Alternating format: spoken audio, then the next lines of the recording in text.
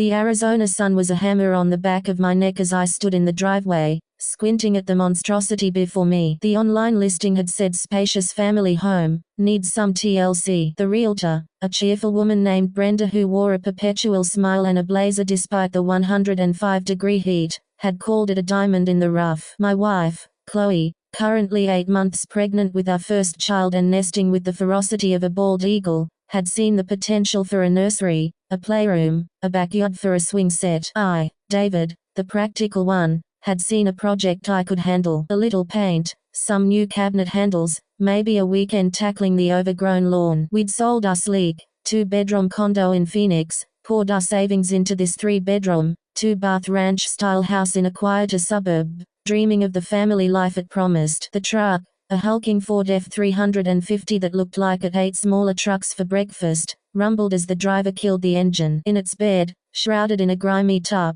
was the physical manifestation of my first major mistake. Delivery for David Miller, the driver called out, clipboard in hand. That's me, I said, my voice tight. Sign here, where you want it. I pointed a trembling finger to the empty side yard, the one I'd envisioned housing a modest barbecue grill and maybe a potted cactus. There is. Fine. This was the shed. Not just any shed. The Grand Canyon storage solution, as marketed by the online megastore. In the digital cart, rendered in cheerful 3D animation, it was a charming, rustic-looking outbuilding. The dimensions, which I'd glossed over in my eagerness to click buy now, read 12 feet x 20 feet. In my mind, that translated to a cozy little box. As the driver and his burly partner began unfastening the straps, the truth began to dawn. This wasn't a shed. It was a studio apartment. A small house without plumbing. The panels, once laid out on my parched lawn like the skeleton of a wooden whale, seemed to cover half the property. You got help for this,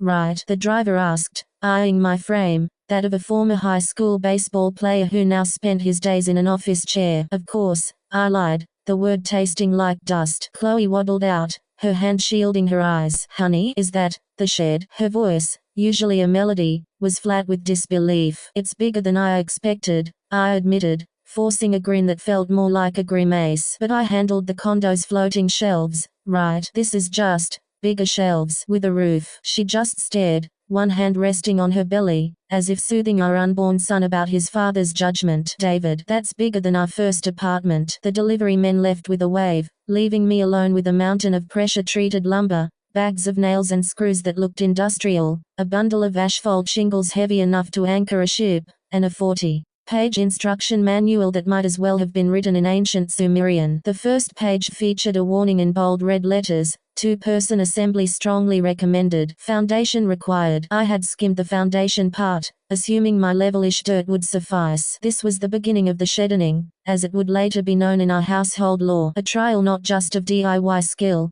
but of marriage, impending fatherhood, and my own stubborn refusal to admit I was in over my head. According to YouTube's policies, I can't glorify recklessness, so let me be clear. What followed was a cascade of poor decisions, a testament to what not to do. But it's also a true tale of humility, perseverance, and the unexpected kindness of neighbors. Day 1 was foundation day. The manual specified a gravel base or concrete piers. I had neither. I had determination. I spent 5 hours with a rented tamper, violently compacting the Arizona clay, convincing myself it was as good as concrete. My back screamed in protest. By sunset, the ground was hard, flat, and, in my mind, ready. Chloe brought me lemonade, her silence more accusing than any words. Day 2 involved sorting the lumber. Each wall frame was pre-built, a heavy, unwieldy lattice of 2x4s. The first one, the rear wall, nearly took my head off as I tried to maneuver it upright. It was like wrestling a drunk giraffe. I strained,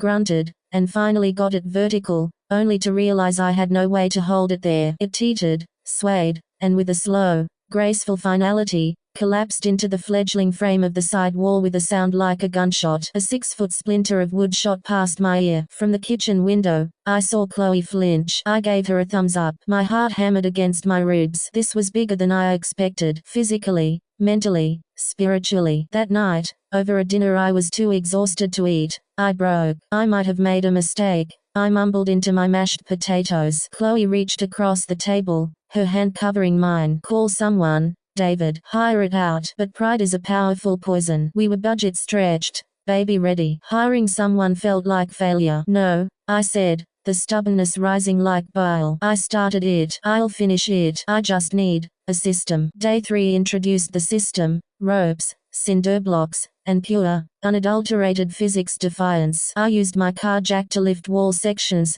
propping them with stacks of blocks that looked like a Jenga game played by a toddler. I'd get one wall semi-stable, then spend an hour trying to attach the next, only to have the first one tumble. The heat was a physical weight. My knuckles were skinned raw. The YouTube videos I'd watched on my phone made it look like a serene, 10-minute dance. My reality was a 3-hour slapstick comedy with a high risk of injury. It was on day 4 that the universe intervened, in the form of my next-door neighbor, Frank. Frank was a retired aerospace engineer, a man of few words and a perpetually raised eyebrow. He'd been watching my spectacle from his impeccable manicured backyard for days, sipping iced tea on his patio. Finally, he ambled over, his gait slow and measured. "Son," he said, his voice a dry rustle. "What you're doing there is inventing a new kind of structural collapse." I wiped sweat from my eyes, ready for a lecture. "I'm managing, Frank." "You're not." He pointed a bony finger at my cinderblock Jenga tower. "That's a lawsuit waiting to happen. And that," he gestured to the warped, leaning wall frame, "is going to be a parallelogram, not a rectangle." He sighed, a sound of profound disappointment. "You have an impact driver?" "Eh, what?" Frank closed his eyes for a long moment. "Right. I'll be back." He returned not with tools, but with a tall, silent teenager in tow, his grandson, Marcus, visiting for the summer. Marcus, who apparently built computers for fun and had the biceps of someone who didn't think fun was limited to screens. Without a word, Frank took command. He sent me to the hardware store for concrete pier blocks. He had Marcus disassemble my half-crippled frames. When I returned, he had drafted precise, measured lines in the dirt with a theodolite I didn't know he owned. "Foundation is everything," Frank stated as if announcing a law of the universe. "Without it, everything you build is just waiting to fall down." For the next week, under Frank's patient, curt supervision and with Marcus's silent, capable strength, the shed rose. It was a humbling education. Frank didn't do the work for me, he forced me to do it correctly. He taught me how to read a level, how to pilot drill a hole to prevent splitting, the crucial difference between a structural screw and a drywall screw. He showed me how to brace a wall properly before raising it, how to square the frame using the 3-4-5 triangle method. "Math," he'd grunt. "It's not just for rockets." The work was still brutally hard. The roof trusses were a nightmare of balance and weight,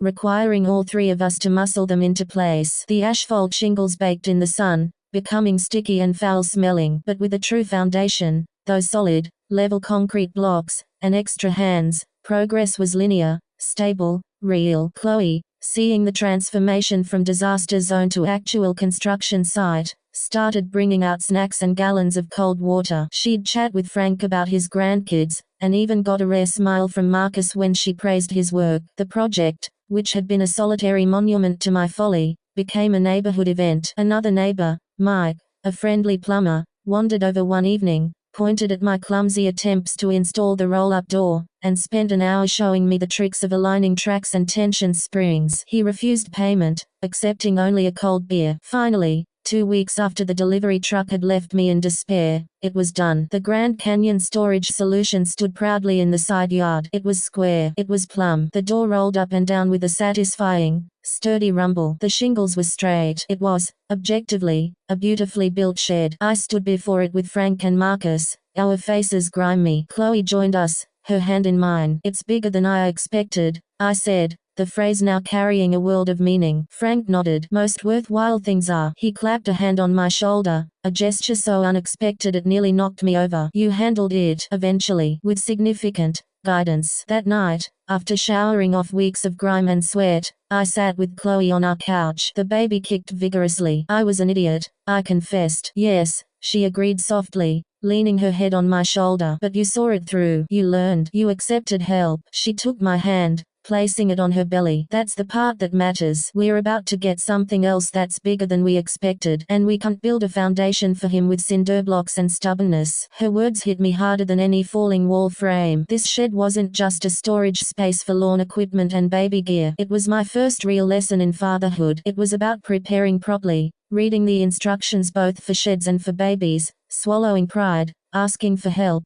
and understanding that some projects are too big for one person. The foundation wasn't just for the shed, it was for our new life. It was the community we'd begun to build with Frank, Marcus, and Mike. It was the humility I'd had to learn, and the partnership Chloe and I had reinforced. A month later, our son, Noah, was born. He was perfect, with 10 tiny fingers and a cry that could shatter glass. He was, in the most beautiful way possible, bigger than I expected. The love was bigger. The fear was bigger. The responsibility was colossal. But in the quiet, exhausted moments of those first weeks, when doubt would creep in, I'd look out the window at the shed, solid and enduring under the starlit Arizona sky. It reminded me that I could handle things bigger than I expected. Not alone, not with arrogance, but with care, with learned skill, with the strength of my partner, and with the wisdom of those kind enough to lend a hand. I had built something, and in the process, I had started to build the father I hoped to be. The project, like parenthood, was far from over,